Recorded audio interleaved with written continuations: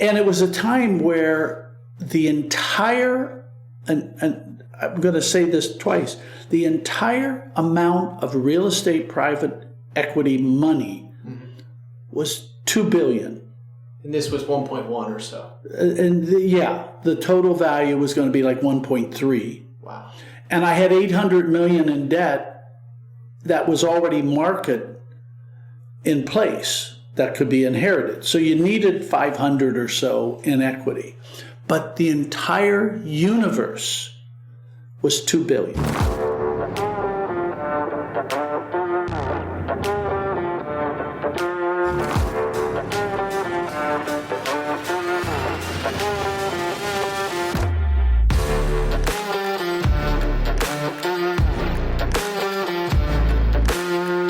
All right. Peter, thank you for having me in your office. My pleasure. Thank you for coming. Yes, absolutely. You certainly need no introduction. You're a real estate icon. You were the chairman of Rockefeller Center Properties, which everyone's familiar with. You're the author of the Linneman Letter, which everyone is also familiar with. And you helped build Wharton's real estate program, just as kind of 3 bulleted items. Yeah. You can give an intro on yourself, and I would love to hear that. But I would love to hear your story in a more biographical sense. Okay. And we can hear some deal stories along the way. All right. What would be the best overview of Linneman Associates today? And I think we have maybe an associate in the room, Marco, with us. We have one of our associates here. Linneman Associates started in 1979. I was called out of the blue by Scott Paper, which at that time was the 3rd largest paper manufacturer in the U.S. And I was on the faculty out at the University of Chicago for 2 years, and they said, "We hear you're a bright young guy, we should hire you as a consultant." No idea, right? And I said, "Sure." And they asked, "How much do you charge? Will you come out and meet with us, and how much do you charge?" $50 an hour. They said, "Fine."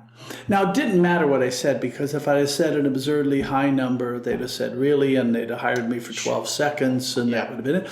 And if it was too low a number, and I proved my worth, it would have gone to 50. It would have gone to whatever, right? So I then ended up doing work for Scott Paper for probably about 8 years as a consultant. That was the beginning. Sure. 2 days later, and there's a real lesson in this, I think. 2 days later, I got a very similar phone call from the president of Michelin USA. Okay, and it was the same thing. "We hear you're a bright young guy." I was 28, I guess, something like that. I'd finished my PhD on the 2nd year at at the University of Chicago's faculty in the business school, and I had already made the decision to move to Wharton faculty at that point. Same comment. At least I knew the answer when they asked how much I charged. How'd you answer at that time? I said 50, and I ended up doing work for them for about 8 or 9 years. And out of that came another gig and another gig. And they were not real estate related. Those were antitrust, market analyses, etc., just kind of stuff. Yeah. I ended up doing different things. And then out of that came a succession of things. That's how it began. The lesson, I said there is a lesson for people. I found out 30 years later, something like that. How did they call me? Right. I mean, that was my next question. You didn't want to ask when you first got the gig because maybe they got the wrong Linneman, right, or something like that. But many years later, I found out in each case there had been 2 different people, it wasn't the same person, who had seen me do a presentation, and I had talked with them over lunch separately. Interesting. They were the kind of people Michelin and Scott should have called. They did call them, and they said, "No, I don't have the bandwidth. What's the next question? Well, does anybody come to mind we ought to talk to?" And they each said, "Oh, there's this young guy who I found kind of reasonably impressive, you might give him a call. And what's the lesson? If you do good work, somebody's going to notice. I don't know how long it takes for them to notice. I don't know that they're going to have the opportunity, but those were both somebody noticed. And anyway, so that's where Linneman Associates began. And I continued as my faculty work full-time, and I continued growing Linneman Associates over the years. I decided not to make it the McKinsey of real estate, which a number of people said, where you go out and hire 32 MBAs and 16 undergrads, and because I would have spent all my time feeding them. Sure. Rather than doing what I enjoyed. I'm not saying better or worse, but what I enjoyed was actually working intensely, not writing thick reports, but working intensely with the top executives on whatever they were interested in. Right. And over time, my academic life and my business consulting life morphed primarily into real estate. But that was also by chance as well. I was, in 1985, I'd been at Wharton for about 6 years. I was a young senior member of the faculty in the finance department doing economics and LBOs and things like that. My consulting by then had largely focused on corporate finance and market opportunities and smaller LBO advisory. And the dean passed away just recently, amazing man, Russ Palmer. Was in his second year as dean, and he came to me, and I knew him pretty, from a year on the faculty or a year and a quarter on the faculty. He came to me and said, look, I think you're a pretty good consultant and you're on my payroll. So I think I want to kill the little real estate effort we have at Wharton because it seems to be an embarrassment. Which it was. What was the state of the program then? It wasn't really a program. Okay. It was just A couple classes or something? a couple classes and no real consolidated effort. And for lack of a better phrase, I don't mean to be demeaning, a bunch of people who weren't very good who came in and taught a class. That they read a book about, I guess. Yeah, but they didn't have much sense of how to do a course or how to do a curriculum. They weren't that bright, etc. Okay. And so he said, but before I kill it, you're on my payroll anyway, why don't you take a look and let me know what you think? So I went and looked at it, and this is a long time ago, this is 40 years ago. The finance industry had just been professionalized by the rise of Michael Milken, real analysis, real analytics, not just selling AAA bonds at the country club, right? And that had proceeded like by 12, 13 years. And I went out and looked at the real estate business, which was incredibly non-professional. That's not to say no one knew what they were doing, but not really. Sure. Right? Not really at all. And I said, it's very under-professionalized. We're in the, I studied it, but we're in the professionalization business. Big segment of the economy, a lot of assets, a lot of interest in supporting professionalization from some of the leaders. You ought to do it. And he said, thank you. And I went my merry way back to doing what I did. And he came about 4 months later and he says, why don't you do it? I said, I don't know anything about it. Everything I know about it, I learned I had advised on one sale leaseback as part of an LBO. Wow. But it was really a financing exercise, right? Sure. As part of an LBO. And he says, you'll learn. You'll learn. And I said, but I don't know. I have to have the ability to go out and try to get people. And so with a lot of help, I went out, and Alfred Taubman was a legend, and Mel Simon, who was a legend, and Mort Zuckerman, and Gene Cohn, and Claude Ballard, this whole group of legendary people who were really not alums, by the way, mostly, a couple were. They were interested in the improvement of their industry, genuinely interested in the improvement of their industry and the professionalization. and they taught me the business. I had great teachers in economics. I mean, I had all these Nobel Prize winners who were on my thesis committee. I had 3 Nobel Prize winners on my thesis committee, had a couple of others I was close with. Good teachers on economics. I had the equivalent in real estate. You couldn't hire, even if you worked for these people, you didn't get as much time as I got, especially 40 years ago. I'm 35, right? So, and I'm a good student. And so and slowly then things evolved. And then a funny thing happened. And that is the early 90s was the crash of the real estate market. It had gone from tax gimmicks and 110% loan to values. Okay? To start looking like a normal industry where you might have 60 to 70% debt, you had to have equity, you had to have cash flow. Cash flow meant something. I knew about that world because I advised paper companies and I had advised bag companies and real companies on how to do. Not that I was the expert. They didn't know that because they had lived in a world where you just had to go out and get 110%. That was the skill. Raising the debt. Just having a friendly local banker or two that would give you 110% loan. So you're 10% ahead the day you get the loan. Hopefully not recourse, and off you went. And whatever you could do operating was secondary.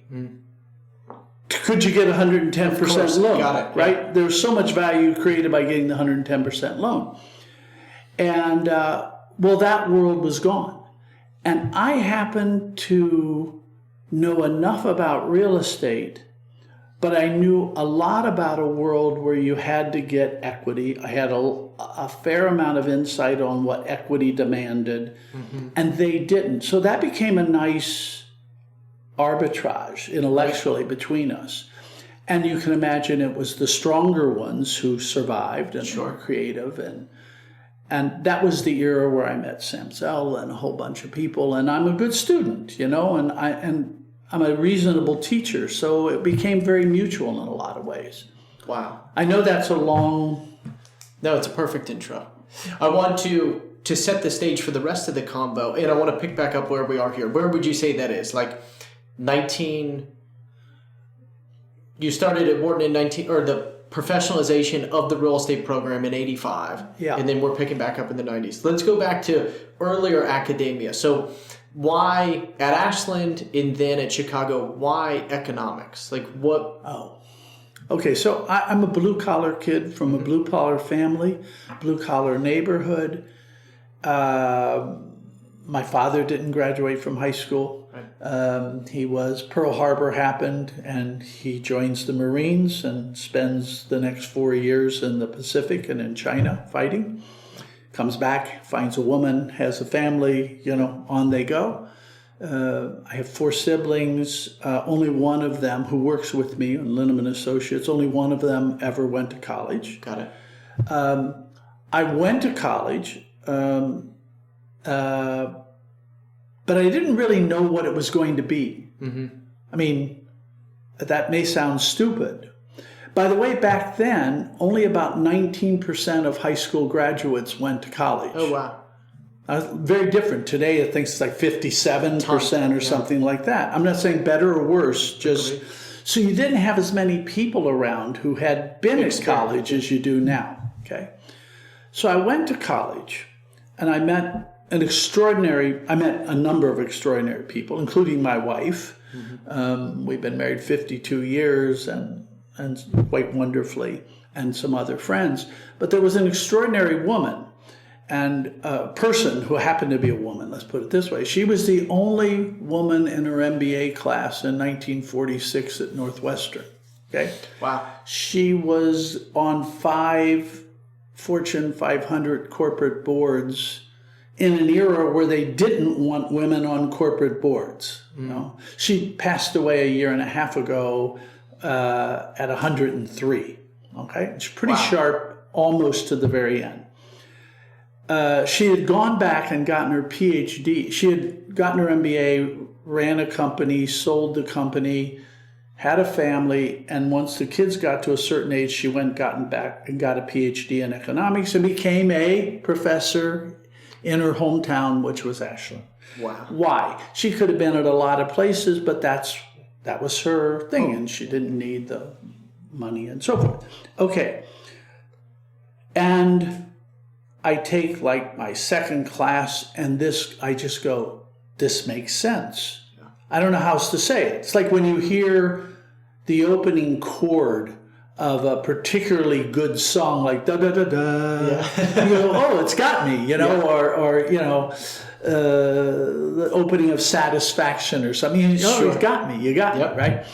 And it made sense. It resonated in a way nothing had ever resonated. She was a tremendous teacher. She was a wonderful person. We stayed unbelievably close friends her whole life, and including, especially after her husband died, I took her to like 12 different countries. Wow. And Antarctica and so forth. So, and I learned a lot from her. And so she turned me on to it. Mm. And she saw something. I don't know what she saw. She saw something and was amazing at nurturing it. Mm-hmm. Really was amazing. And so when I get finished with as I'm finishing my undergrad, you know, that last term of, okay, now what? She said, I think you should go to Chicago and study with Milton Friedman. And I knew who he was from reading, but I said, oh, sure. So I apply, and I was fortunate enough to be accepted. Wow. But I knew graduate school was only where faculty had gone to get more schooling, but I didn't know what graduate school was. Mm-hmm.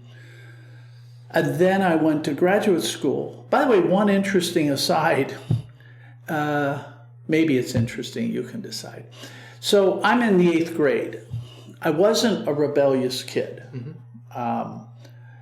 But every 8th grader rebels in their own way. And I was in Catholic school, and this is the end of the era where they wanted you to become a priest. And the nuns came and said, a smart boy like you should study Latin in high school. And I said, why? So you could become a priest. And I said, what other language do you have? And they said, German. And I said, sign me up. Didn't matter what they said. Now, so I did economics, but I always took German while I was in college because it wasn't instinctively easy for me.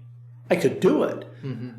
but I don't have a great ear. I speak German pretty well, and I understand German, but I speak it in the same accent as I'm speaking now. Sure. It's horrible.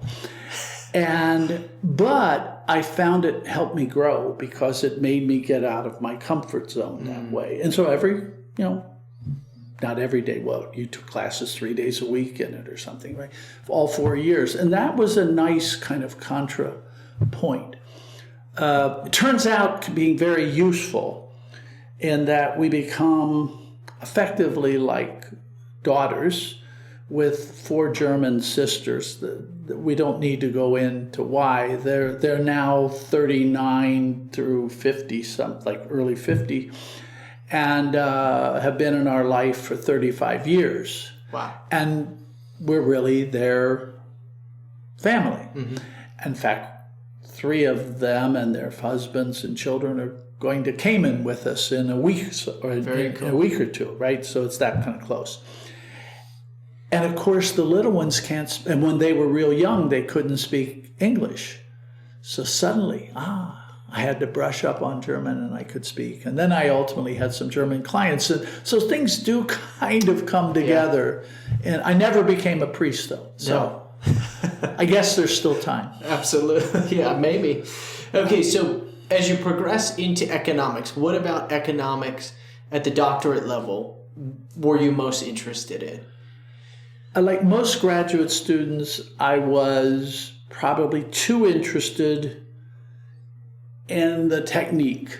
You know, I don't know, maybe if you're a new carpenter you fall in love with what type of hammer, or or what type of saw. Right. Yeah, obviously you need a good saw and you need a good hammer. I guess you see this with musicians. They get the hottest technology stuff, and yes, it helps. It's not, but it's not.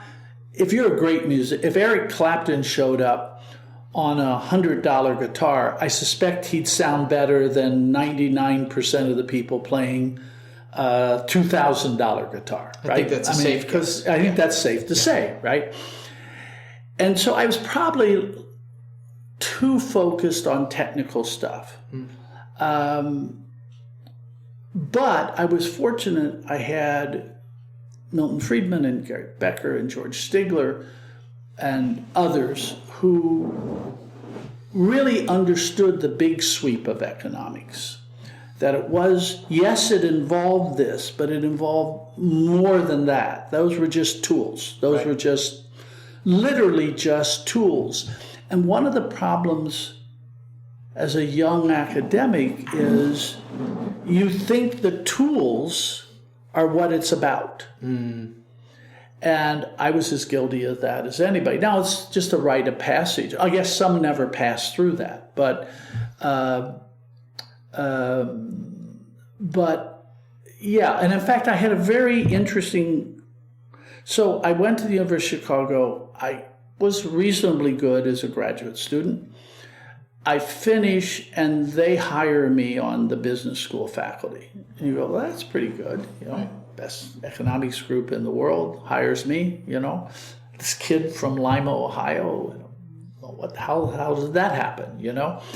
And Milton Friedman had left for the Hoover Institution by that point, and he came back.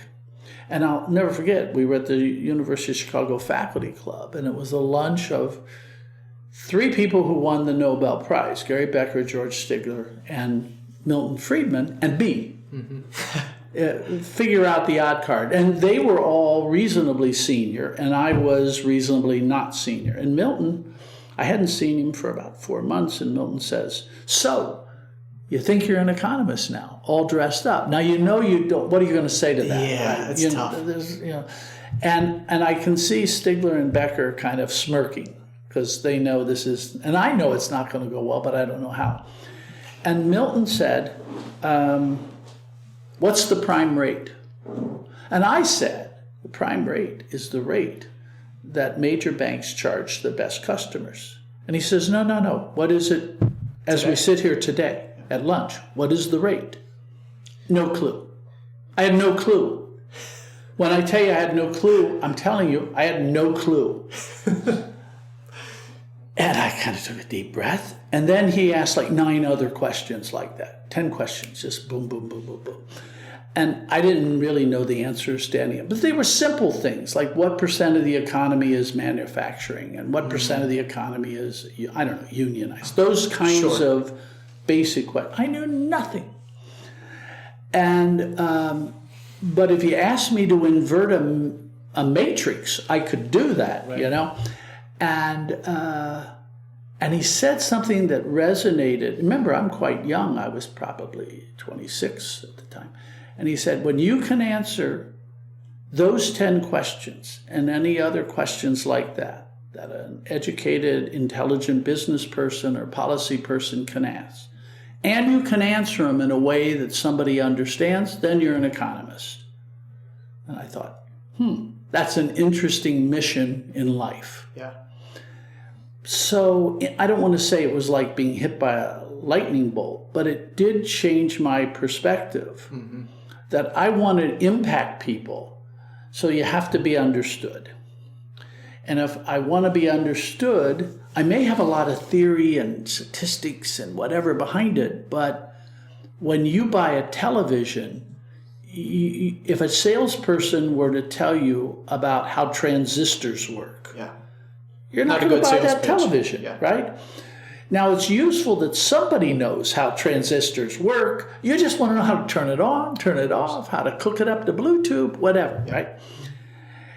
That really became my goal, is to have an impact on decision makers. I found out early on I'm not really emotionally prepared for impact on political decision makers. What made you come to that realization? Really quick, I got on when I was quite young, I got invited on a state of Pennsylvania blue ribbon panel to evaluate changes in tax policy. Well, that sounds interesting.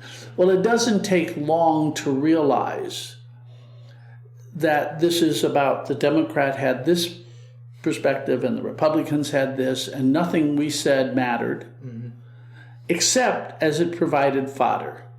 Right. And I didn't want to be somebody's fodder. I'm not better than that. It's just not how I want to spend my time. It's like I said, maybe I should have tried to create a McKinsey with all the people in real estate. I didn't want to spend my time feeding and caring for those people I wanted to have, okay? And so I figured out pretty quickly. Fair enough. They didn't care. And then that was driven home. I did a,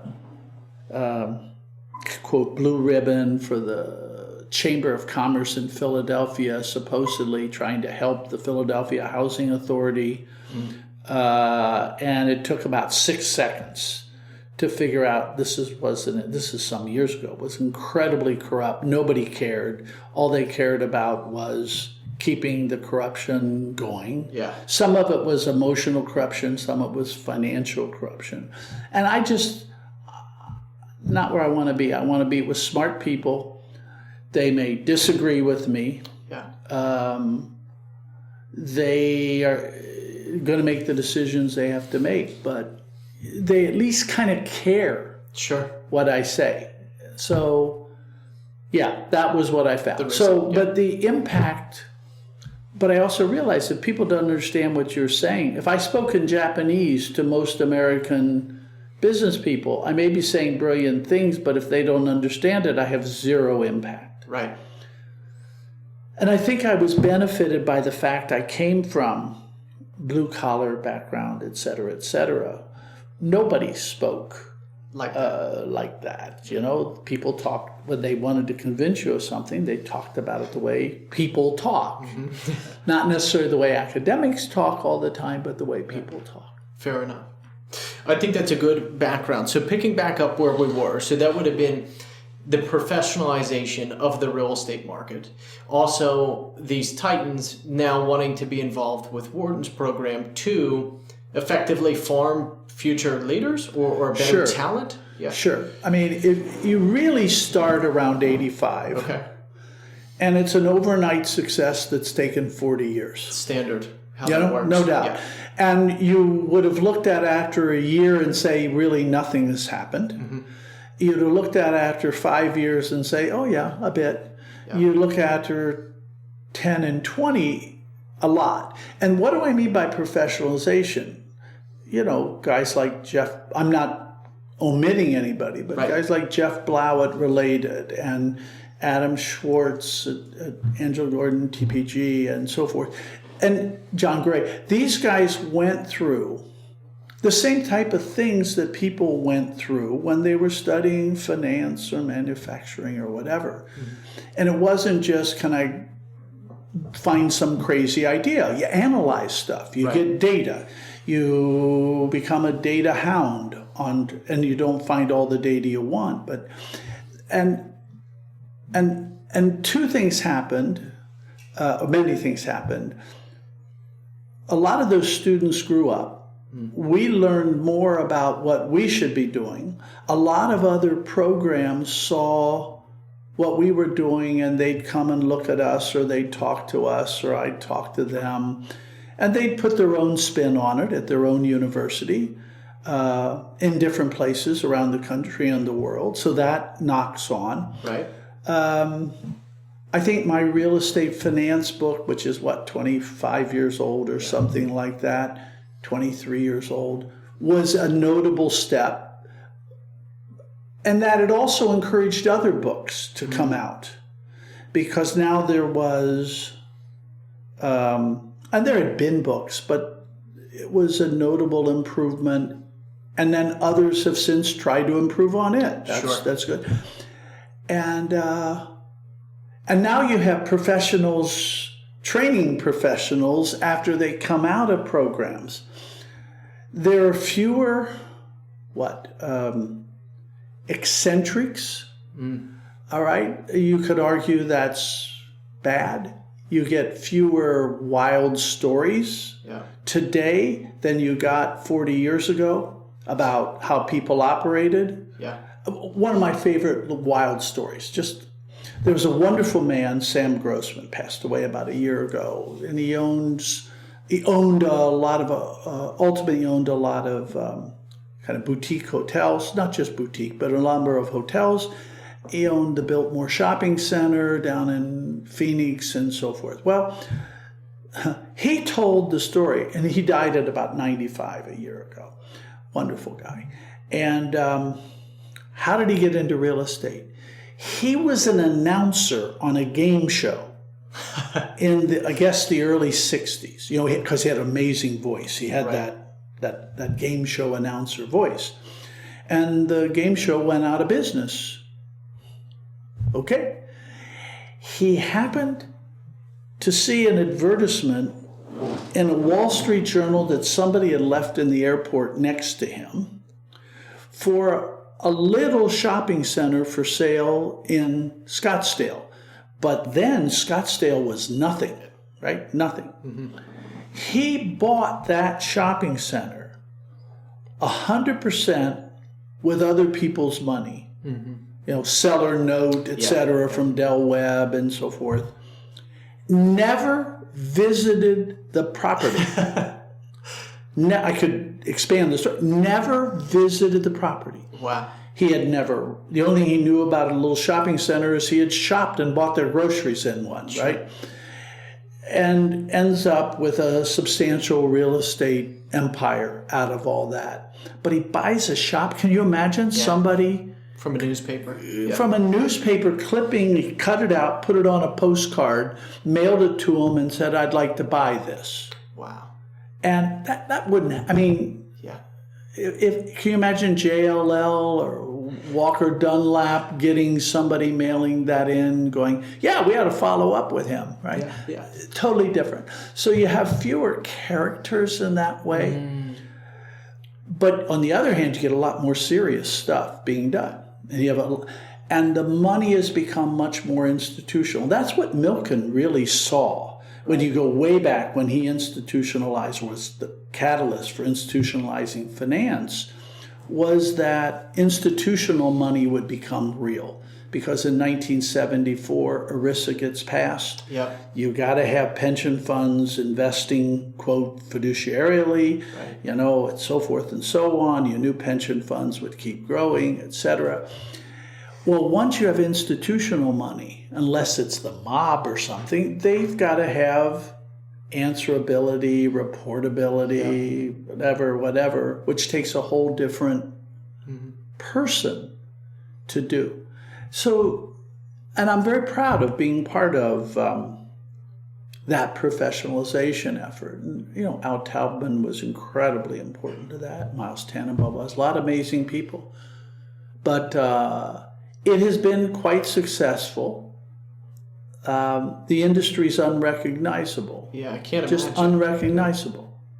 So there's a couple different ways we could go with this because there's so many questions I have. But so as you have this, in a way, from where you are now and what people look to you as in the real estate industry, having been around it with seemingly forever, but you kind of got a later start to it in a way, right? Yeah. So it seemed like a pretty quick period of 1985, maybe little to no real estate exposure, but a ton of corporate finance, a ton of economic exposure. Right. To then in the 90s, now you're the chairman of Rockefeller Center Properties. That's a big gap. So how did the evolution of your non-academia career involvement with real estate companies start to evolve over time? And then if we can bridge up to that, because I do want to hear about that story. I think I've already answered it in a way, the same way that Scott Paper found me and Michelin Tire found me, which is, except now I can tell you the person, right? On this. Yeah. So I was working with these people, trying to create a program at Wharton, trying to create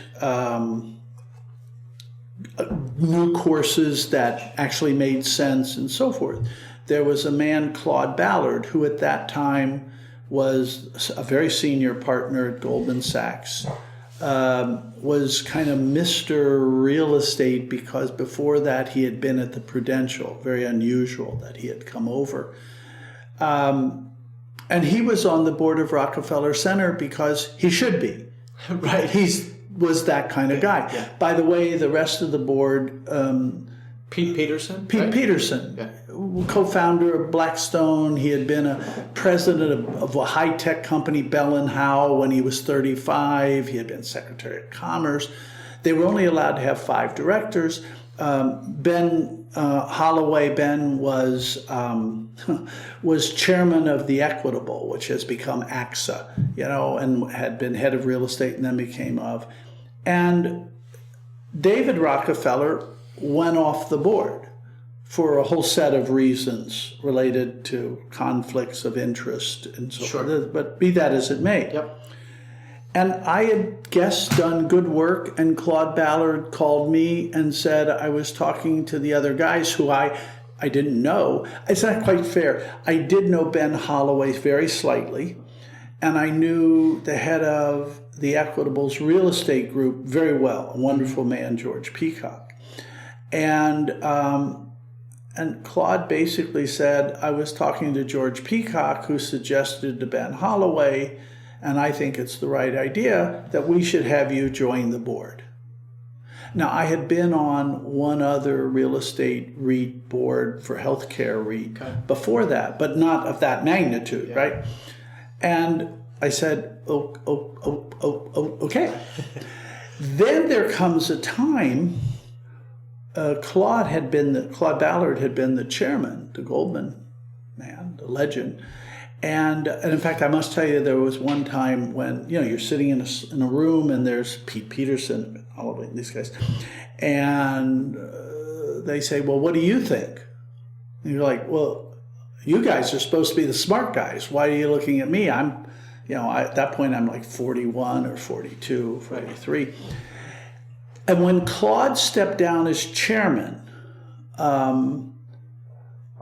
remember saying to my wife, we were down in Grand Cayman, when I get back, I have to call Pete Peterson and say, you should be chairman. And as I got home, there was a call from Pete Peterson saying, we've met and it's you. And you have a choice, either you're in or you're not in, right? And that's how I got it. And I ended up, that was a very unusual situation. I worked about 2,000 hours. I had a full-time job at the university. I had clients. I had other stuff. And I worked about 2,000 hours in a year in the process of selling Rockefeller Center and working through the tenancy issue and so forth. Learned a lot. I bet. Got exposed to a lot of people. And as I said, I am a good student. And if you give me good teachers, we had to worry about bankruptcy and a whole lot of things, and we had Harvey Miller, who was the god of bankruptcy law and a great teacher. So I got enough. I had I had Lucille. Wow. As an undergrad, I had Milton Friedman and Gary Becker and George Singer. I had Claude Ballard and Al Taubman and so forth. Now I've got Harvey Miller, and I'm a good student. Never as good as them, but I learned. And that's how it happened. But it's another example of somebody noticed. If I hadn't done, quote, good work, Claude would have never thought of it. Yeah. And one of the lessons, at least in our world, we have a program in Kenya, and it's a tougher economy. It's a much harder economy. At least in our world, I believe that if you do good work, somebody's going to notice in a year or two. And if no one has noticed, you're probably not doing as good a work as you think. Right. Doesn't mean you're doing terrible work. Yeah. But you're probably not doing as good a work as you think. You ought to, or you're in a dead end opportunity space. You're making buggy whips or something, right? Yeah, and there's no opportunity there. They notice you, but there's nothing to do with you there. Right. So that's how I got to that. And in the process, that ultimately ended up being the largest transaction, I think, in real estate history up to that point. Now, since then, many transactions have been much higher. Can we zone in on that deal and go through the details a little bit, or is that too old news for you to chat through? Well, two things. One, it's old news, but I'll give you a couple of little things maybe. But it's also a long time ago. Right. And 95, 96? Yeah, well, 93 to the 95. Okay. It involved an amazing cast of characters. It involved Mitsubishi Estate, one of the largest, most powerful companies in the world. It involved Sam Zell. It involved Goldman Sachs. It involved Jerry Speyer. It involved the Crown family. It involved, Morgan Stanley got involved. Not to mention the Pete Peterson and so forth, right? Wow. And it was a time where the entire, and I'm going to say this twice, the entire amount of real estate private equity money was $2 billion. And this was 1.1 or so. And the total value was going to be like 1.3. Wow. And I had $800 million in debt that was already market in place that could be inherited. So you needed 500 or so in equity. But the entire universe was $2 billion. So you need 25% of the universe. Which meant to cobble up the deal. And there aren't REITs to speak of. And the REITs that were there were REITs that had just salvaged themselves from bankruptcy as a private company by going public. Right. There weren't really sovereign wealth funds. There weren't. And I went around with bankers. I went around basically to anybody who we either thought had money or pretended they had money. Right? I mean, you got to find out. Yeah. And nobody had money then, right? I mean, no one had money then. It was a whole different exercise. And it's, Goldman did it along with Jerry Speyer, who had Lester Crown, the Crown family in, and they had Senior Agnelli, Senior Niarchos, and David Rockefeller. They didn't have those guys because, they wanted their names. They needed $25 million from each of them. Right. Can you imagine that Goldman would do a deal today that they'd need to bring for $500 million, that they'd need to bring in 3 high wealth guys for $25 million each. To pass the hat around. Right? And 4 when you include Lester Crown, right? So who came in through Jerry. So it shows you where the industry was then. And, I had a lot of interesting meetings. 2 wonderful things came out of it. One, I knew Sam Zell. We were friendly. Prior. Okay. I had known Sam for maybe 3 years, from speaking before him, speaking after him. I had him come in and do a lecture on campus. We were friendly. I'd stop and see him in Chicago. We were friendly, but I really didn't know Sam. Well, during that time, he was either the winning bidder or the number 2 bidder, or the winning or the number 2. And Sam and I would talk to one another 8 times a week for months on end. Well, you can't just talk business that often, right? Just leave it that way, right? And so we became very friendly. We became very, respectful of each other as people, as well as business and so forth. That's important because Sam noticed, and when Equity Office went public, he wanted me to be on his board. And when he starts Equity International, he asked if I would take a sabbatical and come out and help him get it started for a year and a half, okay? So I got a very great friendship, grew out of that with Sam. He was the losing bidder. There was no hard feelings. In fact, I remember Sam took his mother and aunt.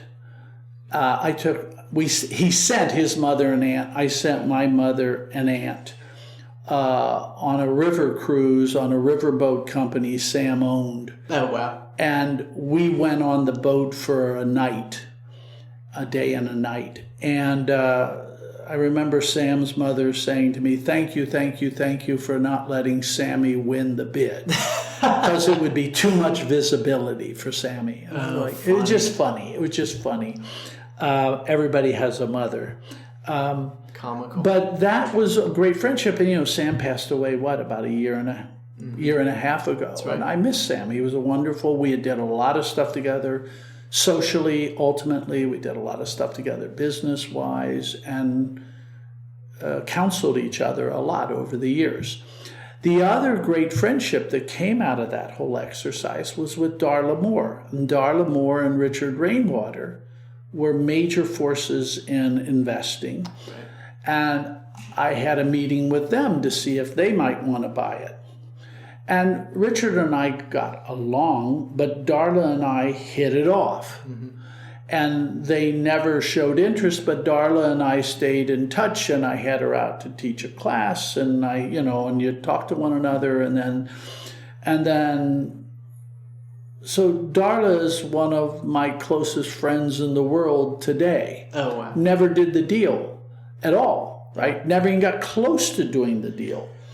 But two amazing friendships. I mean, Darla and 5 other friends of ours, we just spent 10 days in Turkey, touring around Turkey. And we do 2 trips a year like that to some place. And so when you look back, what was the most important thing about Rockefeller Center? Was it that it was the biggest deal up to then? No. Was it you did some clever structuring? Not really. The most interesting thing is 2 amazing friendships got really carved out of that. Mm-hmm. And those last forever. Of course. So I want to get to Sam. One last question on Rockefeller Center. Besides just the state of capital markets in real estate, it being hard to get that much money for that deal, what was the hardest or the biggest challenge or biggest source of pain or stress in trying to get that deal done in that 18-month process or whatever it may be? As strange as this will sound, mm-hmm. It was, you could imagine my life during that time was dealing with campus. Great, students were wonderful and so forth. Faculty were interesting. Pete Peterson asked me once, what do the faculty think of your... Because this was a high profile, was in the newspaper a lot, right? Yeah. And I said, well, I suspect most of them have no idea. And the main comment I get from most faculty is, why don't you just resign? It seems to be taking a lot of time. That never occurred to me. And Pete, remember, Pete's a generation older than me. Pete Peterson was a generation older than me. Said, that's why you get asked to do stuff and they don't. Mm. And I think that's a fundamental insight in a way, that it never crossed my mind. And yet it was the first question that the Wharton faculty are hardly an unsophisticated group of people, sure, Yeah. And yet that was kind of the biggest frustration in that was the cultural issue of dealing with Mitsubishi in Japan. Mm. It was just very difficult because you could negotiate all day. They would call Japan that night, which is daytime in Japan. You thought you had made good progress, and nothing. Now, do you think they were just ultra sophisticated negotiators, or they were just trying to be difficult, or it was a cultural custom that didn't allow them to make progress? I don't think they were great negotiators. Okay. I don't think that drove. I'm not saying they were bad negotiators, but I don't think that's what drove it. I think it was a lot of cultural misunderstanding. Mm-hmm. and a difficulty in making difficult decisions because Mitsubishi Estate was going to take a loss. Ooh, yeah. They were going to take a big loss. And that's hard for everybody. It's very hard in the Japanese culture to take a loss. And that was a big challenge. And without going into all the details, they were partnered with the Rockefeller family. The Rockefeller family had made a lot of money because Mitsubishi had bought them out of most of their position at a really extraordinary price. Yes, the price dropped, but the Rockefellers still had that money. Took the chips off the table. Chips off the table. A lot of the issue was almost as simple that Mitsubishi wanted to keep, I think it was 85% ownership vis-a-vis the Rockefeller. It was a very complicated structure, but in their part, 85% ownership, but they only wanted to put up 15% of the money. It's not going to happen. Yeah. You have a trust. You have a family trust, so you're a trustee, and you're sitting there. Yeah. And you're going to put up 85% of the money for a 15% interest. It's just not going to happen. And I really think they didn't fully ever understand that. I really don't. Not because they were dumb. It's just they kept saying things like, well, you had made a lot of money. And so that was a challenge. They were good people. It's not like they were bad people, but it was a cultural mismatch. And then you add the time difference and language differences. Wow. I don't know if it's funny. One of the things is, if you've ever been in meetings where you're with foreigners, they often talk to one another in their native tongue. And they just assume no one understands. Of course, right? Yeah. And that's not such a stupid assumption, but... and I've been in meetings where I understand German and I listen to them talk and you kind of go, you know? So one of the things we did is sometimes when we would have meetings, we had a young person, like Marco, who would sit there and basically never say anything, but he understood Japanese. He wasn't a Japanese person, but he understood Japanese. And so after the meeting, we'd go, okay, what did they talk about? Wow. And he'd say, oh yeah, they said this. And did they know you had Marco in the room like that? They knew he was in the room, but I don't think they just thought he was a young kid who was there because the Americans bring in too many people into a meeting. Of course. Yeah. Funny. It wasn't like he was the only one. You know, the banks bring in 26 people, and the lawyers bring in 26 people, and all that kind of stuff. Wow. Yeah, funny story. That is funny.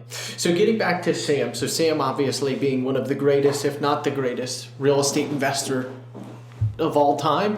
What was it like spending time with him or having this close relationship with him? And what do you think? I've read his book, of course, but what do you think made him great compared to other folks playing at that big of a stage?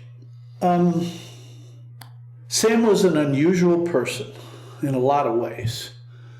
He was very smart, and he was very curious. And he did listen to advice. A lot of people kind of assume he never listened to people's advice. He listened a lot to people's advice. He didn't always take it, but he listened. The other thing is Sam was a long-term investor. He wasn't a flipper. He was a long-term investor. And that gives you the luxury of being wrong in the short term, but you could be right in the long term.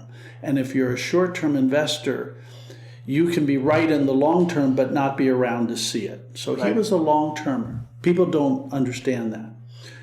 So I think besides, there are a lot of people who are smart, and there's a lot of people, and there are a lot of people. Sam was a great risk analyst. You know, he did as much outside of real estate as he did in real estate. And I think Sam's best gift or skill was as a risk analyst. I think most people, myself included, get captivated by looking at the upside. right? Just look at our models. Just look at our, it's all about the upside. Sam was just a lot better than most at spending time and thinking about the downside and what could go wrong. And he didn't always get it right, but what could go wrong, and what happens if it does go wrong? Mm-hmm. And can he survive it if it goes wrong or not? And so I think his skill was as a downside, because if you avoid all the bad deals and you just get your fair share of everything else, you're going to do better than average. Of course. Now, he didn't literally avoid all. He lost a lot of money on the Tribune. Mm-hmm. He knew that business was going down. He knew advertising was going down. It went down a lot faster than he thought. Right. He took the bet because it was incredibly leveraged. And if he lost everything, it wasn't going to affect his lifestyle. Mm. Right? He had no other investors. He just had himself in that. Right. And it wouldn't affect his lifestyle at all.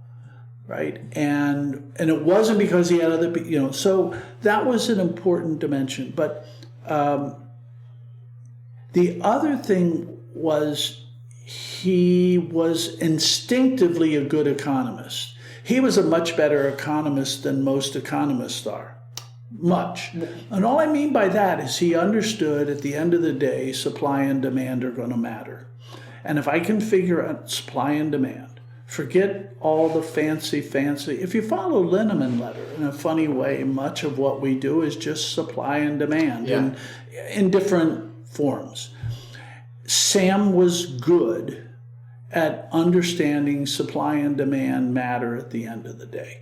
Who's going to absorb it? Who's going to do it? And then who am I competing with? And is it a viable situation? I'm pretty good at avoiding fads. And, business has a lot of fads, and there's always a new paradigm. Pretty good at avoiding those. Shiny objects, if you will. Right. But he was an extraordinary person to work with. Wow. You spent a lot of time, but I want to get to Linneman Associates and spend a lot of time there too. But you spent a lot of time around the greatest investors in the world. You had one of Sam's last interviews, I think maybe I saw it on YouTube. You also, in that same series, spoke to John Graves. What do you think is a common thread amongst these elite leaders, because they're leaders of these companies as well, but amongst these great institutional investors, what do you think is a common thread of maybe how they hold themselves, but maybe how they analyze markets and just how they do deals? One is when they come to a belief, it's not just based on something they saw in the Wall Street Journal or New York Times. It may have been the catalyst, something they saw in the Wall Street Journal, but they actually study it and actually try to figure it out as best they can. That's one.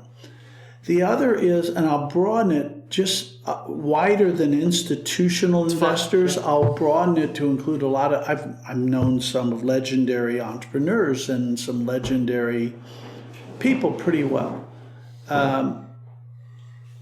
One of the things is the people who work with them generally really want them to succeed. They don't want them just to succeed so they can get a bonus. They actually really want them to succeed. They somehow create a sense that we're in this together. Okay, I may get more of it than you get, but we're in this together, and not just monetarily.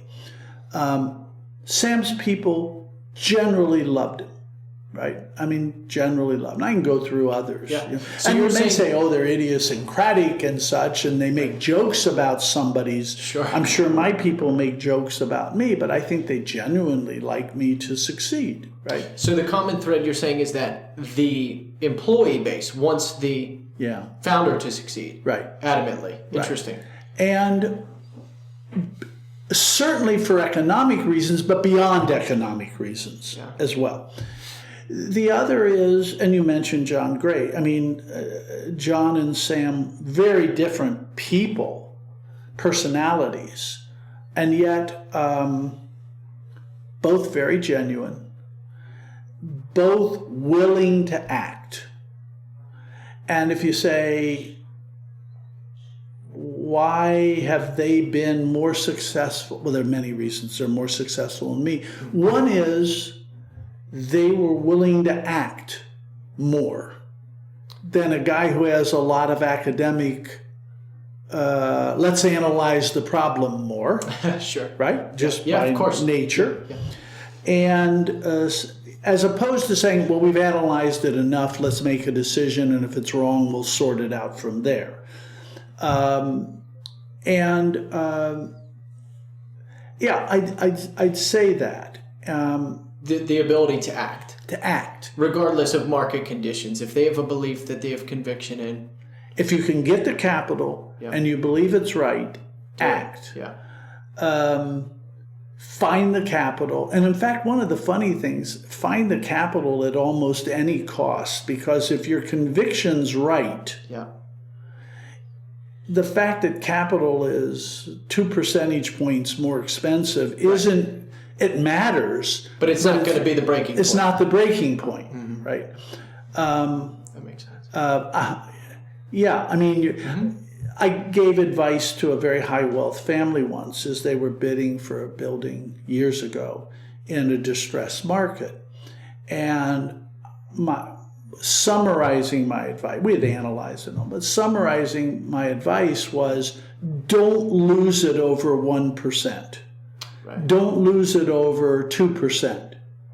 If you're going to go in, it's a market that's down, it's a market that might not turn, but I believe it'll turn, you believe it'll turn. Don't get nudged out by $1 million. You're a very rich family. Better to bid $5 million too much and win, right, than nickel and dime and lose on $500,000. Right. And in fact they did, and they made a lot of money off of that. And nobody's trying to give money away. But why? Because if you understand what you do if you lose, and you understand what you gain if you're right, and you have the capital, act. Right. And I think that's kind of true of a lot of the greats. There's another genius, Al Taubman was that way, Steve Wynn that way, which is the ability to create a great product. I mean, we take for granted Taubman quality malls because everybody went to school on them, right? We take for granted Steve Wynn quality casinos because everybody goes, there's no patent, right? Everybody goes to school. But figuring that out is a hard process, and there are a few geniuses in that regard. Yeah. How did you start to evolve over time? So you go through Wharton, you've built this amazing program, but then also you start 2 investment companies as well. So KL and then American Land. Yeah, we've got KLR, we do an opportunity zone vehicle, all boutique. Yeah. I don't want to compete. I don't think I can build an organization that can compete against John Gray. And if I could, it would take too much of my life. It's too, all right? So what we try to do on the investment side is almost between the raindrops. Sure. Right? Sort of, can we find an opportunity, particularly utilizing my network over the years and so forth. And what was the purpose in that? In kind of this more formal step out of academia? Of course, you've been on these boards, but now starting Well, I think that really began in earnest with Rockefeller. And which is 35 years ago, really began in earnest then. And then when I took the sabbatical and spent 18 months with Sam Zell, helping him, that fed it further and then further. And but it's interesting, much in the same way that I didn't want to try to create a McKinsey of real estate consulting. I didn't really want to create a $7 billion Fund or something. fund. Forget whether I could or not, but it's not how I wanted to spend my time. Yeah, that's a good way of saying it. Yeah, fair enough. Before getting to Linneman, one question I ask a lot of folks that have economic background, but for you, with a brilliant mind and have been through all of these cycles, what cycle, and maybe 2008 would be the answer, but what cycle was the most hard to comprehend while going through it? Or what was the hardest economic time period where you actually didn't know what the next domino was going to be to fall? Clearly the shutdown associated with COVID. Far and far away. Right. All the others, it was oversupply had occurred, demand had slowed because the economy went in a downturn. Makes sense. And then the study, you can come to different answers, is how quickly does demand recover? How quickly does the economy recover? How quickly do jobs recover? Whatever. Right. Hard job, but that's something to figure out. And the other is, what's happening to supply? Will anybody build the next couple of years? Yeah. And, those were painful, but they were straightforward in how to analyze them. They were economic. Yeah, they were kind of supply and demand, and you may have a different view of supply, and I may have a different view of demand, but you had a context. So they were painful, but not hard to analyze. Fair. Right? The shutdown was, we've never seen, over the Christmas holidays, economic activity comes to a slowdown. Yeah. But more than that, for months and months on end, not just in the United States, but around the world. So I not only have to worry about what the U.S. is going to do, but if they don't open up, how do the ships go, and we have and by the way, I don't have any great insights on the Vietnamese government's reaction to how they're going to deal with it, right? So that became really hard because I've never seen, put it this way, in a typical economic downturn, Vegas demand falls in a typical GDP falls by 1%. Mm-hmm. That's kind of typical. Vegas falls by 4% top line. Right. Because people don't have as much discretionary, not as many new, they're uncertain. Okay, that's a typical down. Same in Orlando. Mm-hmm. Kind of 4% for a 1%. And by the way, the 4% is painful because it's all top line. Right. Right, it's all top line. Yeah. So that's why it's painful as it comes down through. Vegas was shut. Mm-hmm. You couldn't go if you wanted to. Yeah. Orlando, all those amusement facilities were shut. You couldn't go if you wanted to. Air traffic normally drops 5% per 1%, right? You couldn't fly to Europe. You weren't allowed. Yeah. No one would let you go unless a family member was dying and you could prove it, or you had urgent business. So trying to figure out how those things were going to come back became the most difficult I ever faced. And in fact, we were 2 weeks away from sending out Linneman letter for the issue written in the first quarter. Right. We're 2 weeks away from adios, and we had all this wonderful stuff, and then everything shuts down, and you go, I guess I have a busy next 2 weeks rewriting lots of stuff. That was the hardest, though, because you just didn't know. And by the way, in the beginning, you didn't even know if there would be any. I jokingly said once that if we're all going to die, it doesn't matter, right? Because we're all dead. Sure. So anything I'm doing Yeah. in Linneman letter is of zero value if the pandemic's going to kill us all, right?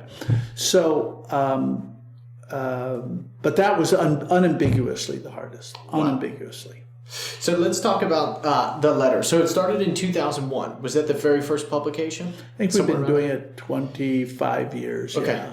So what was the original intent for putting that together? And then what was the state of it at the time? Was it as robust as it is now? Okay, so how did that get started? Yeah. My partners, Debbie Moy and Mukund Krishnaswamy, former student types, I was doing a little bit with them, and they said, you do this kind of stuff with some clients. Why don't you cast a broader net? Maybe not as fine a net, so some fish slip out of it, and do it on a big basis and see if anybody will subscribe. And the only reason we called it Linneman Letter was as a pure marketing exercise. Because what else are you going to do? Just say there's this thing out. At least if it was Linneman Letter, somebody might say to somebody, oh, Linneman's got something out. So we wrote it. We had some ideas. I wrote it. They do the production and polishing, and they do a lot of work on it. And now you send it out. And now we're back to where I was when Scott Paper called me. What are you going to charge for it? That's right. I'm right back to that, right? This is not like opening a restaurant where you say, well, hamburgers sell for X dollars. X dollars, and maybe I'm 50 cents over that, or maybe I'm 50 cents under. I don't know. I don't know. So we picked a price point. I think we sent out kind of to some of my Rolodex, my mailing list, complimentary copies of the first edition, and said, gee, would you like to subscribe? Okay, maybe we sent out 200 copies, something like that. And about 2 days later, my dear friend Albert Ratner, Albert's now 96, so Albert would have been, this 25 years, he'd been 71, okay? And Albert calls me and says, Peter, this is so Albert. Peter, I read it. I love it. But you've got a lot of things wrong in it. And then he proceeds to point out both expositionally things that were not as well exposited as they could be. Sure. And he was right. And also he took issue with certain insights. That was not unusual. That's what you want people to do in a funny way, right? And he said, I'm subscribing. And then I got a call the next day from Sam Zell, who said, this is terrific and very helpful, and but I think you're wrong on a couple of things. And I said, well, then nothing new there. And we talked about him, and that was very helpful. He didn't comment on how to exposit it, more on and he signed up. So now I got two.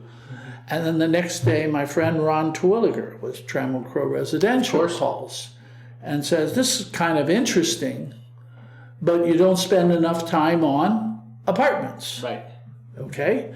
And, and I'm in. And that's how it's kind of like Michelin and Scott Paper, and then it picked up of a life of its own. And then what we realized is we had a real business. Right. Like, you got to market it.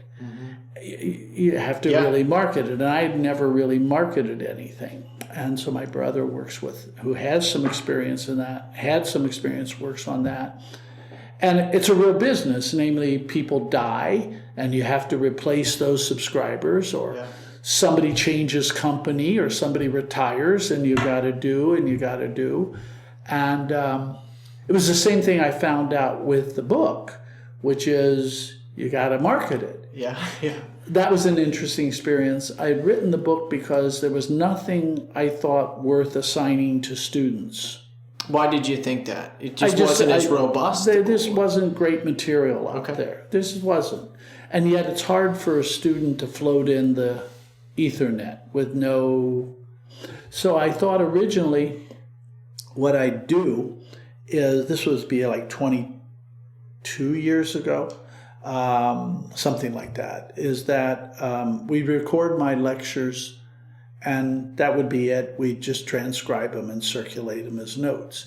Well, if you were to transcribe what we've done today and you looked at it as the written word, it will look jumbled and garbled and won't flow as well as it hopefully sounds, right? Of course. Right? The spoken word has a different rhythm than, and so we then spent with a couple of great students helping me, going from the spoken word to the written word, and then we kept adding to it and kept adding to it and I went then, and most people go to publishers with an idea and maybe a chapter.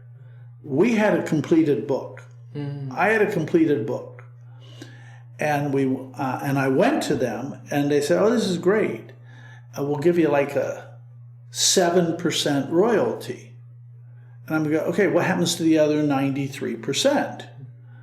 And by the way, I think most academics would have never asked that question. Of course not. That's why they get that split. That's why they get the split. Or maybe it was an 8%, whatever it was. Sure. And I said, okay, that's great, but what happens to the other? And they said, oh, you have to print. Well, I had been involved with a printing company, and I knew what the cost of printing a book is. I didn't know what my book would cost, but I knew that, let's just say that's going to be like 2%, 1%. It's not going to be a big number, right? And yes, you have to front the money, but I could front the money. That's not the problem. And they said, oh, you have to ship. Well, so another 2% or what? Yeah, exactly. I mean, okay, now we're up to 14 or 12 or whatever number. And they said, we market. Now remember, I had taught for a lot of years, a lot of different courses. And every once in a while, a book salesman would come around from one of those companies, and you never made time for them. Yeah. I mean, I'm not saying they don't sell anything, but technical books, not so much. Maybe literature or something. I don't know. Right. And I said, but I never saw how that was very effective. And they said, the way the marketing works is very simple. You know the people in the industry, whether they're Goldman or E-Still type of people, or they're university types. And you reach out to them, and that's how we market. And I thought, well, I can do that myself. Right. I don't need you to sick me on people, and you're taking the fee. Yeah. The fee for it. And so we decided, well, we'll just publish the damn thing. Wow. And so we owned the copyright, and we filed all that. And again, I had dealt with lawyers. It's not rocket science to get a copyright on something. Okay, fine. I paid a lawyer $2,000 or some number to get it copyrighted.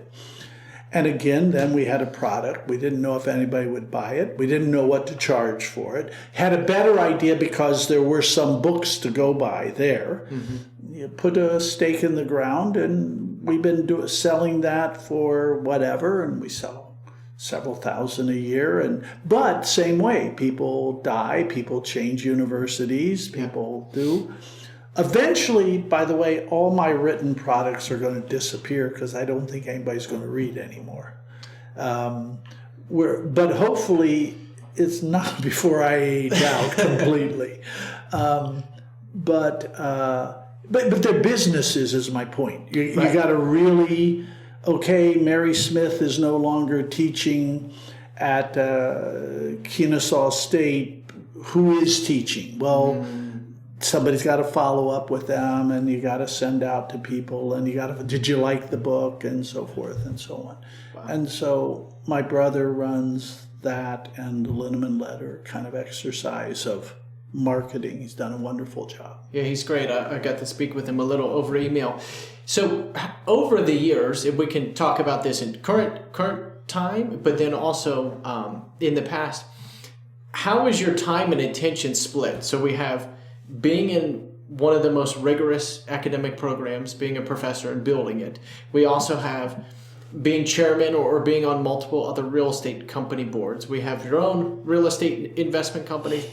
We have Linneman Associates doing other consulting work, and then also this book that needs to be distributed to folks, right? How did you divvy up your time? How did you focus? How did you prioritize of, hey, this one pays the bills, or maybe I love this one the most? Like, how did you divvy up the time, or maybe find other good people to work in these channels too? Yeah, and I got some wonderful partners. Like on Linneman Letter, I have wonderful partners. My brother's wonderful to work with on the marketing. My partner's been great on some of the advisory work we've done. Some of it I do myself alone.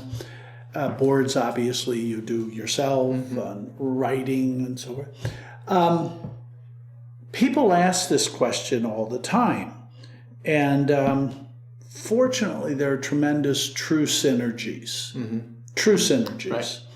Right. If I'm thinking about what to write in Linneman Letter, for example, that's very helpful when I'm on a board, because I've actually thought about those questions in detail. One of the things writing does, I read a quote recently by somebody, I wish I could tell you who, which is, I write so that I can understand what I think. And if you have to write something and you're serious about it, it makes you face what you don't understand in a very stark way. Because you got like, oh, how do I say that best and how? So I don't know how I allocate my time. I guess I've always been quite good at time management. For example, I almost never write at the office. Now, we're here on a Friday, and Marco's the only one here. Usually there's 2 or 3 others here. Right. I generally don't write at the office. I'll write at home, or I'll write while I'm on an airplane. Why? I don't get interrupted. Because even a small interruption like, gee, you want to go get lunch or whatever, can be very disruptive depending where you're at in the thinking. Yep. So most of the time I do that stuff over the weekend or on an airplane during the week. Just that's the way it worked. A lot of it you can write while you've got a football game on in the background, which isn't that great a game. And if it is, you can pause for a moment, but most of the time it's just something. How do I allocate my time? I once answered the same way the parents of a family with 8 children allocate their time. Namely, who's screaming the loudest? It's just, okay, what's there at the moment? Right. What's there at the moment? But I would suspect if you're a parent of 8 children or 5 children or 3 children, you're not going, okay, I'm going to allocate this time to that one and this time. You just deal with the flow. Yeah. And the difference is I deal with a flow, I've dealt with a flow that has enormous synergies. And that's not true in the example of children. There probably are there are some synergies, but there are also negative synergies. I used to work 4,000 hours a year, something like that. As I've moved into my 70s, I kind of work 1,500 hours a year now. There'll come a time when I'm dead that I suspect I'll work less than that. Yeah, it tends to be. Right. Yeah, on the other hand, I mentioned Albert Ratner, wonderful man. And Albert called me about 2 years before COVID and said, you need to write a book with us. I've written a book. I have no interest in ever writing a book again. They're very painful to write. They're very demanding. You're never happy with what you write. constantly you're changing. I said, Albert, no, I love you, but no. He said, no, we need you. I said, well, first of all, who's we? He said, Mike Roizen, is head of wellness at Cleveland Clinic, major guy. You look him up. This is a major medical guy at a major medical place. And Albert knew him because of Cleveland Clinic. Albert had been on the board and they played ping pong together. They tell me they're writing this book on longevity and how the genetic breakthroughs that are going to happen and maybe pharmaceutical breakthroughs are going to happen are going to impact lives. And they need somebody to work with them to help think through the economic side of it. And I thought, that's stupid. Why would I Well, it turned out to be wonderful. Say yes. And so I said yes. I didn't make any money off of it. That wasn't the point. I mean, I got a little, but not money. If I did it per hour, it wouldn't have been minimum wage, I suspect. Right. But I wanted to have an impact, and Albert wanted to have an impact, and Mike wanted to have an impact. And so I learned more about genetics in the course of doing that book than I ever knew. I'm not an expert, but I learned a lot. I learned more about medical research, which is much less robust than I thought. Interesting. They tend to work with very small samples.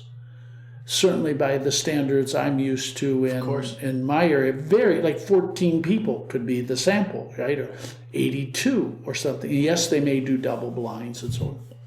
Anyway, I learned a lot about medical research. I learned a lot about aging science. I learned a lot about genetics. I learned a lot about diet and such. I mean, I knew some of this, but it's like, well, how did you work that in? Just did it. Right. I mean, we would have these meetings every Monday for an hour or two, and the book was a very interesting book, and so you just find time. It's like I say, if you have 4 kids and you have a 5th kid, you're going to find a way to make it happen. And that's sort of what I've done. I wish I could give you a more insightful answer, but I think that's a good one. Yeah. In lightly wrapping up, I want to talk about this current market just a little bit and more the evolution of the real estate market. But in looking back on your career, what moments maybe are you most fond of, most proud of? I don't know if you think in that context. Maybe pinnacle or maybe the hardest or maybe most significant moments. They could be defined by the most amount of pain. What do you think were defining moments for you, whether that be academia or being involved with other companies? Okay, if I start from when I go to college and I only focus on the professional side, so obviously meeting my spouse or something, but if I focus on the professional side, meeting Lucille Ford, which was the woman I was telling you about, life-changing. In Ashland. In Ashland. And the funny thing is, most of the time when a life-changing moment is happening, you don't even realize it at the time. Of course not. It's only with hindsight. That's clearly.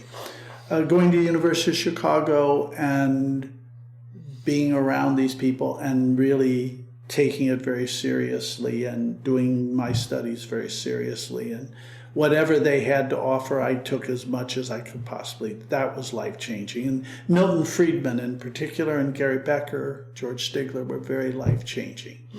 I think then if I went to the next, it would be that I said yes to opportunities as they arose, like the Michelin, which I think most people wouldn't do. I just think most people, I didn't appreciate that at the time, but as I look back, I think most people would have said, no, I don't do that. As opposed to saying, I can figure it out. Right? Life-changing in that regard was saying yes to Russ Palmer, the dean, when he said, well, why don't you do the real estate program? Because that was the catalyst that let me have this whole other wonderful set of people in my life. And learn a lot. That was clearly. Rockefeller Center was in the sense that I was, quote, a player for the first time in a large way. The first, doing my time with Sam Zell, where I actually had to run people and decided I didn't really want to run a whole lot of people and so forth, but that was critical. When we did the first land vehicle, which turned out to be too soon, wasn't the greatest set of investments we've made, but turned out to be too soon, but it was critical to say, do it, do it. There came a time when I realized, I'd like to say like Jim Brown or Barry Sanders or Sandy Koufax, I decided it's time no longer to be at Wharton. I'm very proud of the things I did, the real estate program. I'm very proud of the students I helped and I was part of. But there came a time, and I probably stayed 1 year too long, but that was good. That was a thing I'm very proud of in my life. Linneman Associates, that we've had legs for all these years. Think of Linneman Letter. How many people have monetized ideas for 25 years? Not a lot. Not many. There's another event that Sam Zell and I ran for years, ad hoc event. Marshall Bennett Classic became the Bennett Zell Classic that gathered about 80 to 90 major people in the industry for a round table. I'm very proud of that and the connections that created. But as I really look back on my career, what I'm really proud of is I think I basically treated people as fairly as I'm capable of. I don't think I intentionally ever screwed someone over. I'm sure I have, but not trying to. I am really proud that I have a lot of relationships that have stretched for a long, long time in a lot of ways. And you saw that in the sense I mentioned Darla Moore coming out of, I treasure these friendships. They are long time. And in fact, I now sound like an old guy. One of the problems is that whole generation older than me is largely gone. And they played a critical part in my life. And like Lucille's gone. And so that whole generation that was, 20 years and more, I had this great advantage offered to me of access to this kind of who's who generation, 20, 25 years older than me. Right. But I also had access to the generation 15, 20, 25 years younger than me via the student route. Of course. Right? Not many people have that opportunity. Well, you can imagine as I've aged, the upper part of that tail gets thinner and thinner. Always. And it's harder and harder one of the reasons I stopped at Wharton is it's harder and harder. I don't know how these coaches do it when you really have to deal. It's very hard for a 65-year-old or 60-year-old to truly understand what a 20-year-old's going through. Because you map it into what you went through at 20. Well, it's not the same. It's not the same. Yeah. And you can fall into a judgmental trap. Which is not the job. The job is not to be a judge as a teacher, right? As a professor, it's to be a nurturer. But it's also hard not to slip into being judgmental, right? Because they're not like the kids I had. And once you start feeling that way, you have to kind of say, step aside. And you don't even try to do it. You actually try to fight it. But it's impossible. It's just impossible not to do. The kids these days phenomena. And some of the kids these days phenomena is always true, and some of it is just they want tight leg jeans they want ripped jeans instead of bell bottoms. Sure. Like I'm not sure one is any crazier than the other. It's just a different era. Just an era, yeah. So they want hip hop, and I wanted the Beatles and Stones. How could they like this shit? Sure. And the answer is that's what they like. Don't judge them. Yeah. They have the right. And it's one thing, but if you're in a nurturing position, that's a hard thing when you start judging, because they don't deserve to be judged. They deserve to be nurtured for what they are. Can't be as effective. Can't be. Yeah. Can't be. Interesting. Yeah. Last couple questions, Peter. So this one, I know it would probably be, in effect, if you kept up with the Linneman letter, it is answered thoroughly through that. But from our early point in the conversation of 1985, where you get to Wharton, and the real estate industry is not as tied in, maybe with capital markets, it's not professionalized. That is not the case today. Right. From today's standpoint, how do you think the real estate industry, as far as funds, investment vehicles, maybe size of companies, consolidation, how do you think that evolves over the next It'll just keep 10, getting 15? more efficient. It'll keep getting more professional. There will always be opportunities in real estate for entrepreneurs, but they get smaller. And that is, if it takes big money, you got to go institutional. Unless you come from an unbelievably wealthy family, you've got to go institutional. Once you go institutional, you have to be professional. That means doing large deals for major food groups and major markets becomes institutionalized. But there are still plenty of niche opportunities, plenty of development, because we have 335 million people. They eat, they shop, they go, they live, they change where they want to live. There always are going to be opportunities for inefficiencies.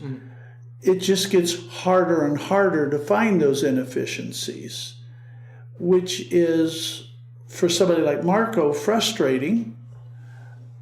However, for the money, it's good news. Right? It really, remember, there's inefficiencies in general are a negative sum game. In other words, efficiency in general increases the size of the pie. Right. Doesn't mean everybody benefits, but it increases. So you could say in an inefficient market, yeah, you made a lot. But the fact that it was so non-transparent, so inefficient meant a lot of us didn't even try. Of course. Right? So I think it just keeps getting more. I'm not quite sure how technology plays out in this sector. It has been a relatively low productivity growth sector. I don't see how that will change. Doesn't mean there'll be no productivity growth. I just don't see how there's massive productivity growth as opposed to incremental will happen. I always used to joke, is having Excel it's a technological advance, but is it an economic advance if all it does is allow me to make the same stupid decisions faster? Sure. Right, and I'm joking, but there is that kind of obviously technology helps. It's changing the industry, but I don't think this will be an industry over the next 20 years. Let's say I live to 100, over the next 25 years. I don't think this will be an industry that you won't recognize at all in 25 years. There will be some industries that you won't recognize in 25 years. And just think of smartphones. Over the last 25 years, 25 years ago, there was no smartphone. No smartphones, right? And now they're ubiquitous. So communication and entertainment has been unrecognizably, it's only because it happened slowly, right? But if you had been Rip Van Winkle and you woke up, right, it'd be, remember the first time you were walking on the street and you heard somebody talking to themselves, and then you come to realize they've got buds in or something. And you go, oh yeah, kind of now everybody, right? Mm-hmm. No one can hear you on the street because everybody has buds in. Exactly. Wow. Last 3 questions for you. So in a summarized fashion, you can answer it however you would like, but for where you are in life right now, what are you focused on currently? Whether that's at Linneman or just in general, what is the focus right now?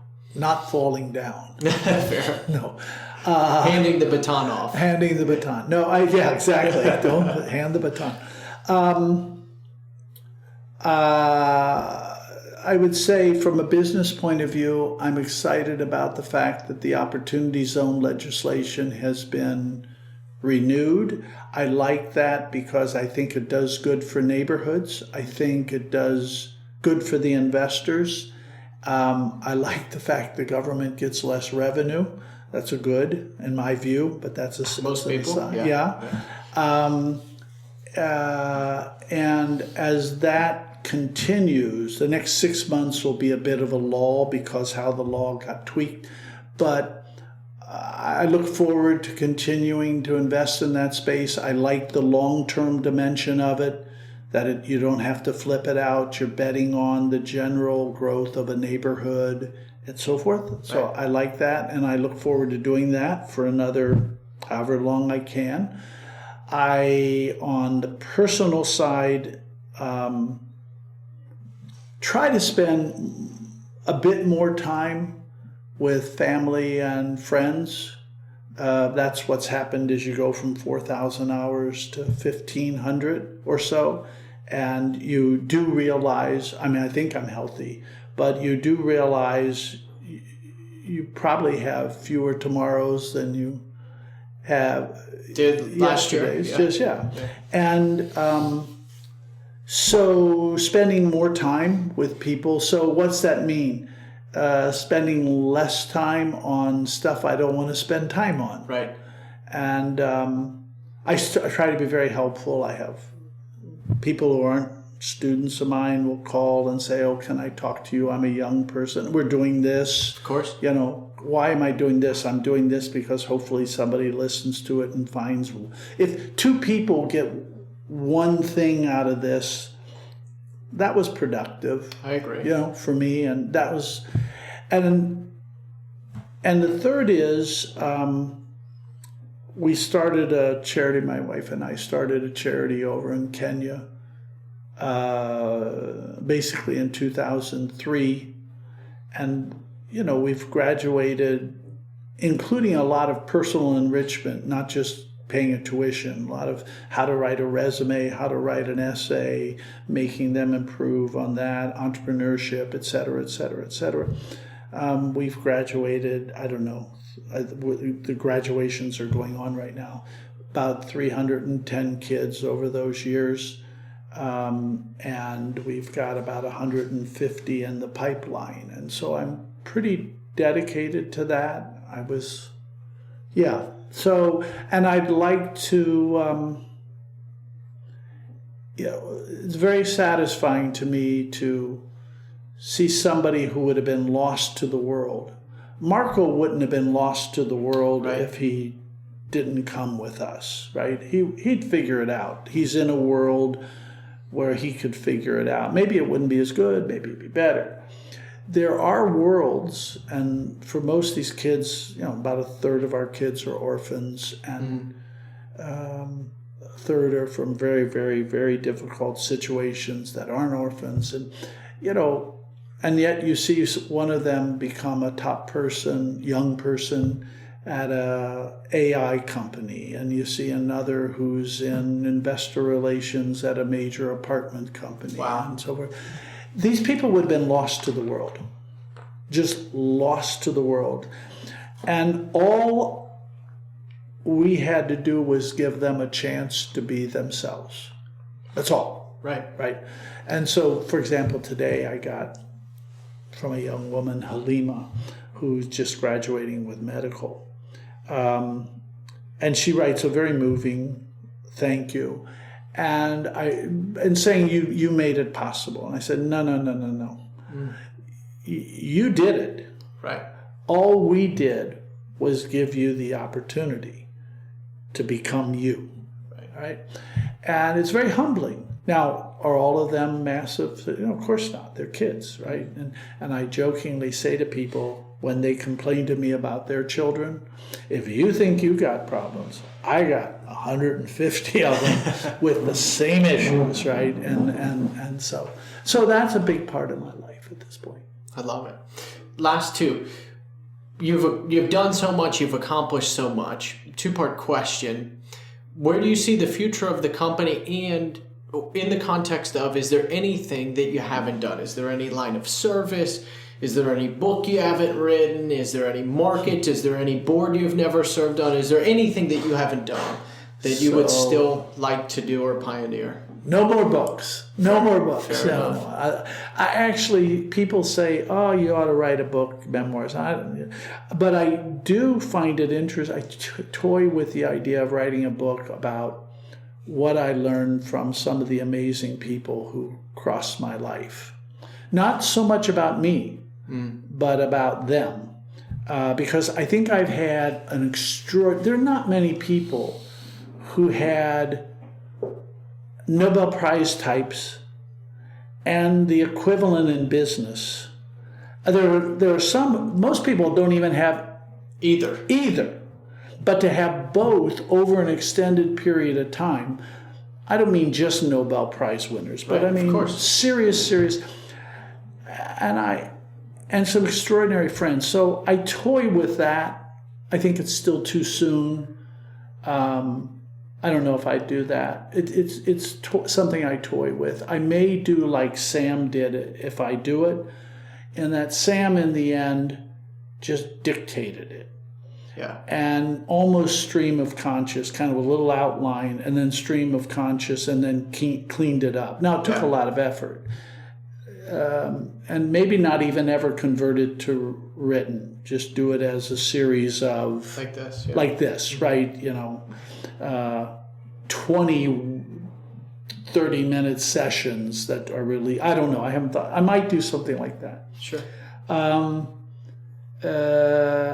Boards, unlikely. Nobody's looking for a 74, 75-year-old member on a board. I'm still on a very great company, Regency Centers, but that I'll age off of shortly. I've aged off of a couple, and we've sold a couple. Not-for-profit boards are a challenge for me. I'm on our own charity, but I find not-for-profit boards challenging. I work with a number of non-for-profits.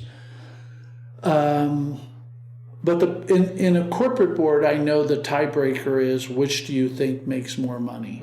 Right. Okay, that's a tiebreaker. Sure. Right. Now, you and I may disagree on what the answer is, but at least we both know the tiebreaker. In a not-for-profit, there's no clear. Is it to get more children? Is it to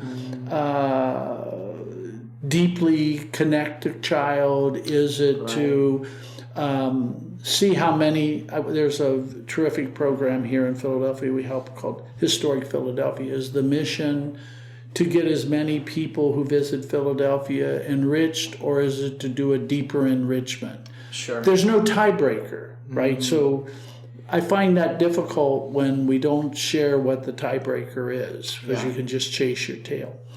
I mentioned several times this woman, Lucille Ford. One of the reasons she's an incredibly admirable person is at basically the age I am now, she started yet another career. Wow. And was in her case, it was running a community foundation and really running it, not just titularly. And so I don't know what a next act is. I stay active, and that I come back to where I started from. I'll end on this, I guess, in a way, which was my wife and I about a year ago went to a physical trainer at the gym we go to. We don't use a trainer.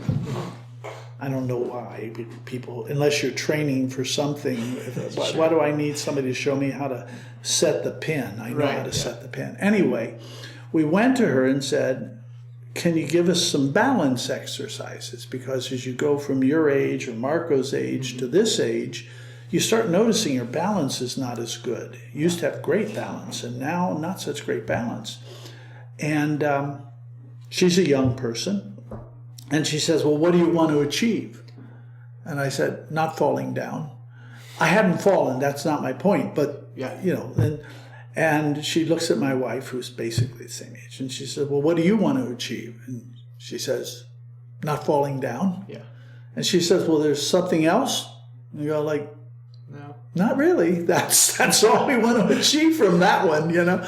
So, and we have improved. We've improved our balance so that we'll be much more balanced when we fall. Wow. Last one. And you've kind of answered this a little bit so far in plentiful ways, but it may be tricky. Who helped you the most along the way in your professional career, do you think? If I had to only pick one person. Sure. And then I'll add a handful of other names. I would have to say Lucille Ford, because there would have been no journey without Lucille. Right. There just wouldn't have been. And she became such an intimate part of my life for, I don't know, from when I was 18 until she died a year ago when I'm 73, right? So that's rare. Sure. And obviously our relationship evolved over time. From, if I had to say one, and then if you said, okay, you got 10 seconds, Al Taubman, Milton Friedman, Gary Becker, Jeremy Siegel, Miles Tannenbaum, and then of course you run the risk of your being exclusionary, of course, including to my partners currently and so forth. But those people were, I think your word was profound. Most impactful. Impactful. Yeah. I mean, who helped you the most? Yeah. They opened my eyes, right? They didn't just open doors, they opened my eyes so I could see doors. But if your eyes are closed, you can't even see where the doors are, right? You may not go in the doors. Maybe you should have, maybe you shouldn't have. But the eye openers are the ones that I just said. I love it. Peter, I think that's a great place to wrap. Thanks for doing this. My pleasure. Thank you for taking the time. Absolutely.